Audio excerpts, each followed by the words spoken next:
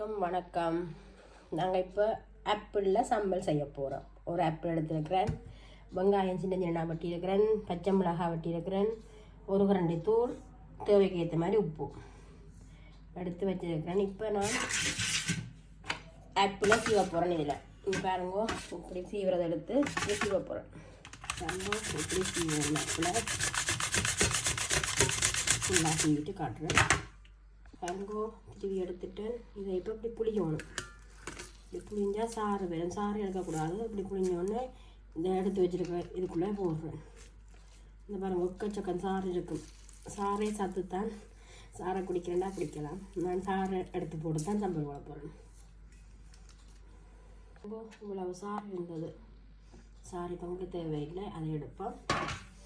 இங்கே பாருங்க, இவ்வளவும் திருவி எடுத்துட்டேன், கிளற போகிறேன். எல்லாத்தையும் உடையும் சேர்த்து சூப்பர் டேஸ்ட்டாக இருக்கும். மாங்காய் சம்பல் மாதிரி இருக்கும். தூளெல்லாம் போட்டு செஞ்சு இப்படி சாப்பிட சூப்பராக இருக்கும்.